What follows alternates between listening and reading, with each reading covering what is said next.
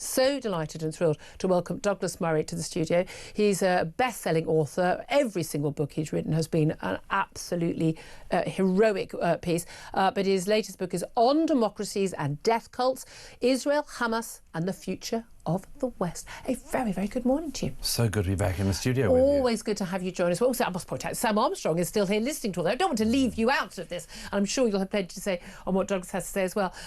Your latest book, thrilled to get a hold of an early copy. It's one of the benefits of my job. All of your books, it seems to me, they have a specific topic, whether it's, immigration to Europe, whether it's about, woke culture, Black Lives Matter, or in this issue, this is about Israel, Hamas and the future of the West. But they all seem to have a theme, which is about sort of the existential threats that the West faces. So how does this book fit into that theme? That's right. Well, it starts with the morning of October the 7th, 2023, when 1,200 terrorists invaded Israel. 4,000 terrorists invaded Israel, killed 1,200 people. Just think about that. I mean, 4,000 terrorists is an army. They slaughtered 1,200 Israelis in their homes and at the dance festival, at the Nova party. They rampaged through the country, raping, burning people in their homes. They took 250 Israelis hostage. And if you do that by proportion of the British population, that's many thousands, something like 20,000 British people being killed in a day and thousands being kidnapped. It was an unbelievable atrocity, and I went to Israel as soon as I could afterwards, just because, among other things, I knew that the history of this conflict means that whenever something happens against Israel and Israel replies, the world focuses on the reply rather than the initial As thing. they did within hours. And I could see that, before there was even a response. And I could see that happening, so I wanted to go and speak to people firsthand, the victims, the wounded, the families of the hostages, and many more. And I spent most of the year afterwards with them, as well as in Gaza and Lebanon. The second thing was that I became very aware at an early stage that there was going to be a huge backlash, because indeed the backlash started on the evening. We know now that the people who were in support of Hamas in Britain put in their requests to protest against Israel that evening for the next day. While the massacres were still going on. They were actually protesting in London on the evening in support of the massacre. So the first question is what happened on the day, and I chronicle that as well as Israel's military response. But the real question of the book for British readers is, what does it tell us about our societies that when atrocities of this scale, I mean, imagine like the appalling Manchester Arena attack times hundreds, that when that happens, so many people in our society are not on the side of the victims, but are on the side of the death cult, are chanting support for Hamas and Hezbollah on Britain's streets. Why within days were hundreds of thousands of our fellow Brits supporting the people who were the rapists, the jihadists, the beheaders? I say, among other things, we'd lived through this 10 years of believe all women, but as a recent report showed, only about a quarter of British Muslims who are young believe there were any rapes or murders on the day. What has happened that at places like Oxford University, which are meant to be producing the next generation of intelligent people, I suppose, we hope we see people supporting not a liberal democratic state like ours, but the jihadists. This is a serious question for this country, and this country has seriously failed to address it. Well, I was when I started reading your book, and the first line of the first page in the introduction was something you'd said to me on air when you were in Israel after the attacks. Sometimes a flare goes up and you get to see exactly where everyone is standing. And those words have haunted me ever since. They give me goosebumps even now reading that out, because I was so horrified, like you, but perhaps we shouldn't have been horrified or shocked in any way by the reaction of so many people in the West, but particularly on the left. Now, we'd fought sort of the anti-Semitic views on the right in this country and fought anti-Semitism, in Europe. The growth of it on the left, I think, was a surprise to a lot of people who hadn't been been paying attention for a long time. Jeremy Corbyn almost becoming, by a really close chance. Really close. In 2017, he could have become the Prime Minister of this country, and the anti-Semitic forces which he sort of, helped encourage. Why do you think there has been this growth in anti-Semitism in this country, which we are seeing largely on the left, and they cloak it as anti-Israel. Sure. We know what it is. Yeah. Why do you think that has come from? Several things. By the way, the reason why it's cloaked in anti-Israelism is that it is anti-Semitism. Not all of it, by any means. You can criticise the Israeli government. My goodness, the Israeli media criticises the Israeli government. There's nothing anti-Semitic just in criticising a government. There is something profoundly anti-Semitic if you never came out on the streets of Britain week after week to protest against the killing of hundreds of thousands of people for a decade in Syria, hundreds of thousands of people for years in Yemen, an ongoing genocide in the Sudan. If you didn't... Uyghur people in China, not that bothered. Nothing. And yet, week in, week out, day after day, our city centres get shut down by the anti-Israel mob. By the way, the thing about anti-Semitism, as I say in the book, is that it's a shape-shifting virus. It can come from right, it can come from left, it can come from people who accuse the Jews of being religious and people who accuse the Jews of being too secular. It used to be the case that anti-Semites attacked Jews for being stateless, rootless cosmopolitans, and now Jews get attacked for having a state. So that's very clear to me. What's interesting about the question you ask about right and left on that is we know what right-wing anti-Semitism looks like broadly. There are people who describe themselves as anti-Nazi in the sort of far-left movements. And you go, yeah, well done, guys. Clever in the 1930s, brave in the 1940s, 2020s?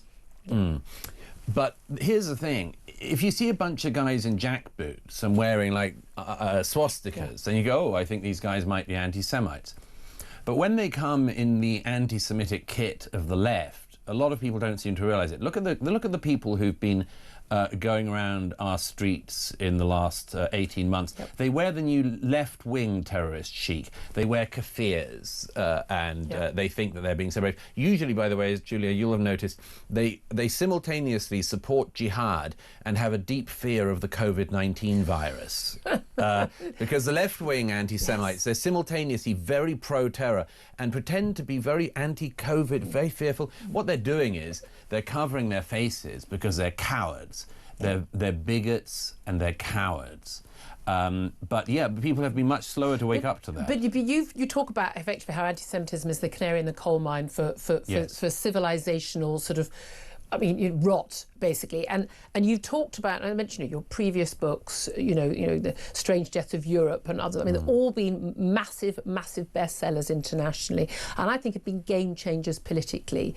But talking about the damage that mass immigration has done to Western civilization in terms of Western values, in terms of, and we can see that play out, as you say, on our streets every other Saturday. And the culture wars, critical race theory, trans ideology, all of these things, actually how they undermine our civilization from underneath. And people think these are separate things. They think these things are, they're minor issues. They're side issues. Explain why they're all somehow related and why they are significant. Two things I would say. First of all, there's a very easy early warning sign. You'll notice that at all of the anti-Israel protests that have happened in this country in the last 18 months, you'll see a lot of Palestinian flags. You'll see some Hamas flags. You'll see some Hezbollah flags. One thing you'll never see is a British flag. They never sing God Save the King at the end of their march, do they? There'll be people calling for jihad, jihad, jihad, jihad, intifada, intifada, intifada. Never God Save the King. By contrast, the few pro-Israel protests that have happened in this country will finish with the singing of Hatikva, the Israeli national anthem, and the singing of God Save the King. Yep. You will see Israeli flags and British flags melded in together. It's the same everywhere. Canada, it's the same rule. You'll never see a Canadian flag at the anti-Israel protests. You'll always see them at the pro-Israel protests. There's a reason for this, which is, as I say in the book, for the anti-Western ideologues, and that's what it is. Yep. It's anti-Westernism.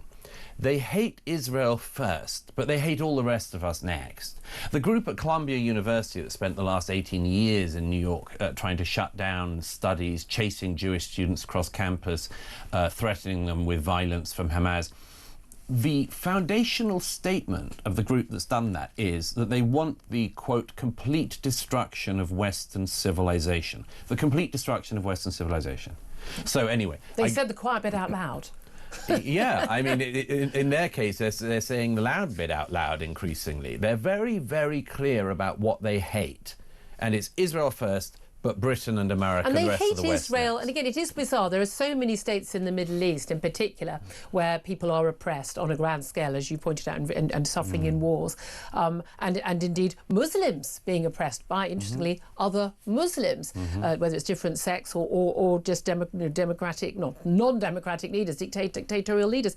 And yet, Israel is always the nation that's held up as the problem in the Middle East. It's this tiny, don't they have like less than 1% of the territory of the Middle East? But apparently, Israel is the problem. But it's the only state where Arabs and Jews can live freely and openly. Yes, I mean, I hit down all of the sort of idiot and anti-Semitic, anti-Israel arguments in this book, one by one. Apartheid, and genocide and all this sort of stuff. All of it is fallacious, all of it's untrue, all of it's a libel.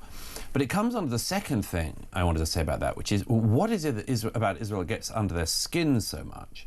One thing is, of course, is that among Muslims in the UK, as a great enemy of mine, Mehdi Hassan, once said in 2013, in a moment of rare truthfulness, he said in a column in the New Statesman that anti-Semitism is, quote, our dirty little secret in the Muslim community in Britain. He said, every Muslim reading this will know what I'm talking about. It is, quote, rife and commonplace. Now, I believe him. I believe him on that. Yeah. There is a vast reservoir of anti-Semitism within the Muslim community here, and that's what's driven a lot of this. But in the Middle East, what irritates so many Muslims is that here is this tiny, tiny state, and founded in 1948, it's done incredibly well. It's thriving. It's multiracial, multi-religious. It has, as people have observed since the 50s, made the desert bloom. Standard of living is higher than its neighbours by a long way. And the neighbours notice this, and instead of thinking, how can we be more like them, think, this is an affront. This is an affront to us. Now, I say that that's a problem for the Muslim world, and they can either deal with it or not, and I hope they deal with it. But for the non-Muslim world and for the world in the West, I think that Israel also produces a challenge. And the challenge essentially is this. The younger generation in Israel were tested on October the 7th. Yep. I tell stories not just of the unbelievable suffering, but of the incredible heroism. For the last 18 months, I've been with the IDF as I've seen young men and women putting their lives on the line, risking their lives, often losing them, to get back the hostages and to kill the leadership of Hamas. A lot of people don't realise, every young citizen in Israel, if you want to have an Israeli passport, you have to serve. Yes. And by the way, it's a tremendous bonding thing for the country. It really knits the country together. I've been with Druze soldiers, Arab soldiers, Jewish soldiers. But for me, one of the reasons why this book is actually sort of optimistic in the end is that I believe that the people of Israel in the last 18 months have faced an unbelievable trial, and that they have come out of it showing us a good example. And what I mean by that is the young men and women of Israel, in the IDF in particular, have shown that when your country is at threat, when your people's future is at threat, you fight. Now, this country, we have these polls that have come out in the last year and a half asking young Brits whether, between the ages of 18 and 40, if we faced an existential threat in this country like our forebears did, would they step forward and fight? And a minority of young British people said they would. Now, I think that's because our young people in Britain have been demoralised and demotivated. They've been told that we don't have any heroes. They've been told that Churchill's the bad guy of the 20th century. They've been told we're slavers and colonialists and much, much more. We've been lied to about our own past, and we've been lied to deliberately. And the aim is to demotivate British society, just as the aim has been to demotivate American society. But here's the good news.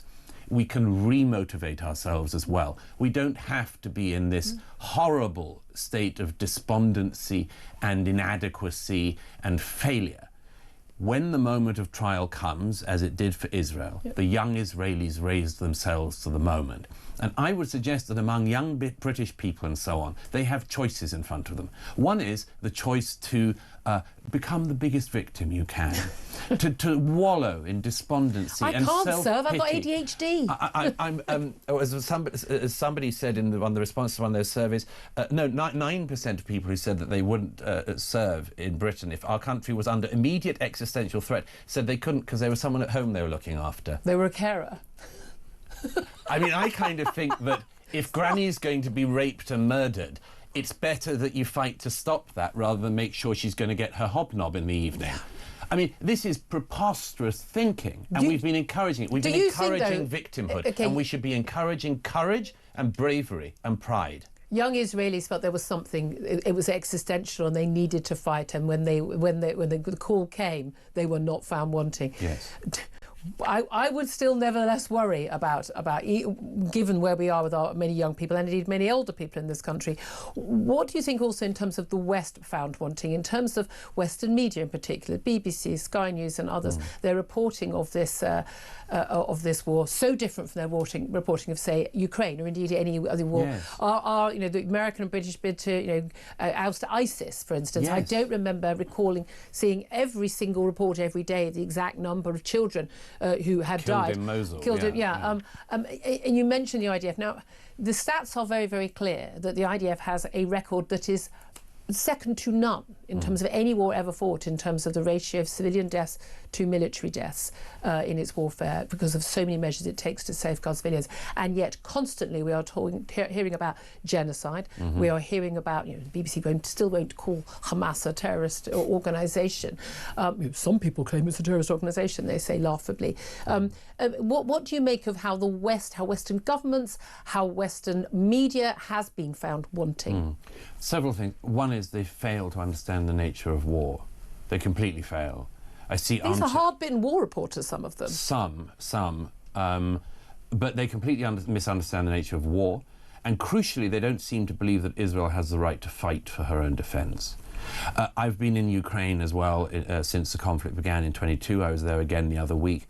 When I come back from the Ukrainian front lines, everybody I speak to in the West wants to know how the Ukrainian army is doing and whether they're pushing back the invading armies of Vladimir Putin.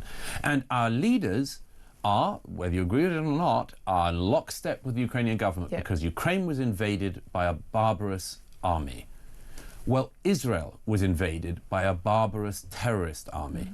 And just as I don't find it hard to be on the side of the Ukrainian people when they're fighting to liberate their homeland, I don't find it hard to be on the side of the Israeli people when they are seeking to liberate their homeland from jihadist terrorists. And the other thing is, quickly, of course, what you hear from the BBC types is, but maybe the Palestinians are just asserting their right to self-determination. There's lots of ways you can get a state. The Jewish people and the Zionist movement from the 19th century onwards showed how you get it, how you get a state and how you make it survive. The Palestinians have had multiple chances to get a state in 1948 and every decade since, right up until the 2000s, and again in recent years. But it's almost like there's a lesson here, Julia. If you want to get a state, don't try to genocide and annihilate your neighbours. Don't teach your young maths by things like, if you kill 2 Jews and then kill another 2 Jews, how many dead Jews have you got? Don't spend your evenings assembling rockets. Don't put RPGs under your baby's crib. Don't steal your neighbour's children. Don't hide people and torture them in captivity for a year and a half. Don't hold dead bodies as if they're prized objects that you can hand out in swap for terrorists who are being held in Israeli jails. It could all stop tomorrow if Hamas gave back the hostages and the people of Gaza brought up their children to believe in living in peace with their neighbours rather than trying to annihilate them. This is the thing. It is really that simple. I always respond to people on social media. Have you tried giving the hostages back? But also, as a crucial aspect, what would it have been acceptable for Israel to do after that attack? Because I know darn well what every single Western nation would have done in the same circumstances. If we have thousands of British people held in captivity in France in underground tunnels, being tortured and raped every day, I would hope that we would go into France and have a very stern response. Absolutely. Can I just ask you, just briefly, I want to ask you about the Joe Rogan podcast. It's made international news. You basically hitting back at people. Joe Rogan, I know you've done lots of podcasts with him, got on very well, but about platforming misinformation, particularly one of the fellow guests there that day, David Smith. You've now been backed by Donald Trump, even. What do you make of that row? I haven't been backed by Donald Trump. Well, my friend Douglas Murray said. Well, President Trump read this new book and promoted it on his social media platforms. I think it was a coincidence it came out just after the Joe Rogan podcast. Yes, President Trump just said it's one of the best first-hand account of the conflict he's seen, and he knows the work I've done for the last 2 years covering this and seeing it with my own eyes. Could you do one on Ukraine to persuade him of why he needs to back Ukraine? It's an ongoing question. Just suggesting. I have made some forcible interventions in the New York Post, among other places, on that matter. The Joe Rogan thing, it's interesting. It seems to have sort of blown up. I don't really keep an eye on that kind of thing, but I gather some people just don't understand the point I was trying to make, which was, I love Joe, he's a friend, but for the last 18 months, 2 years, he's had almost no voices in who are supportive of the Ukrainian people. Only people who just talk about Ukrainian corruption are much more fine to talk about. But at some point, it looks kind of one-sided. Yep. Same with Israel and Hamas. He's invited all these conspiracy theorists on, and I'm afraid I just don't think he's invited enough people on with the other side, with the other view. With the facts. And the one I really mind, which I highlighted there, is he's been inviting, as various other people have on the American right, he's been inviting on these people who don't call themselves historians but pretend they're historians, and then they actually call themselves historians and then they're not. And I'll tell you that, Julia, it goes back to a point I made in the last book about the war on the West. The left came for Churchill because they knew that for us in Britain, he's our hero, because he's the figure who our grandparents rallied to and who got them He's the reason through. We don't speak German. He's the reason that Nazism didn't overwhelm all of us in the 1940s. Sure, Churchill didn't solve every problem for all time, but he solved the problem of his time. Now, the left used to go for Churchill. Now the right is going for Churchill in America. And I just cannot sit by and not point out, if you're diminishing the crimes of Adolf Hitler, and you're diminishing what happened in the Second World War against the Jewish people and against us, and you are attacking our wartime leader, you are on the wrong side. It's just that simple. It's that simple. Okay. And I wanted to point it out because it's not pointed out enough now in America, but, you know, other people have holy places, so do we. You don't come for our holy places in Britain. Absolutely, just fine. I've got to ask, because I've thought this for a long time. Look, you're an author, you're a best-selling author, and you're a journalist, but you're also a campaigner. I mean, you're almost a preacher on some of the big issues. You are very passionate about the issues you write about. You've been ahead of the curve on so many key issues like immigration, the Islamist threat, the woke threat to the values of our Western civilization, which lots of people simply do not take seriously enough. Here's the question. I bet a lot of my audience would back me in this. Have you ever considered going into politics, standing for public office? People ask on a semi-regular basis. There's nothing very appealing about politics in our country at the moment, for lots of reasons. My calculation always was that if I ever did join a political party, I'd probably lose the whip within the first week. Because the deal is you don't say what you think. And I'm afraid that the mainstream in politics in Britain still, to my mind, is not willing to grapple with the issues we have to grapple with. Has any party leader approached you? Nigel Farage or anyone? Well, I mean, the Liberal Democrats have been all over me for years. And the Greens, I imagine, too. The Greens. The Greens are forever wanting to double their MP intake. I'd love to stand in Brighton I have spoken. I feel, to tell the truth, that I can do a lot more, and I don't say this vainly.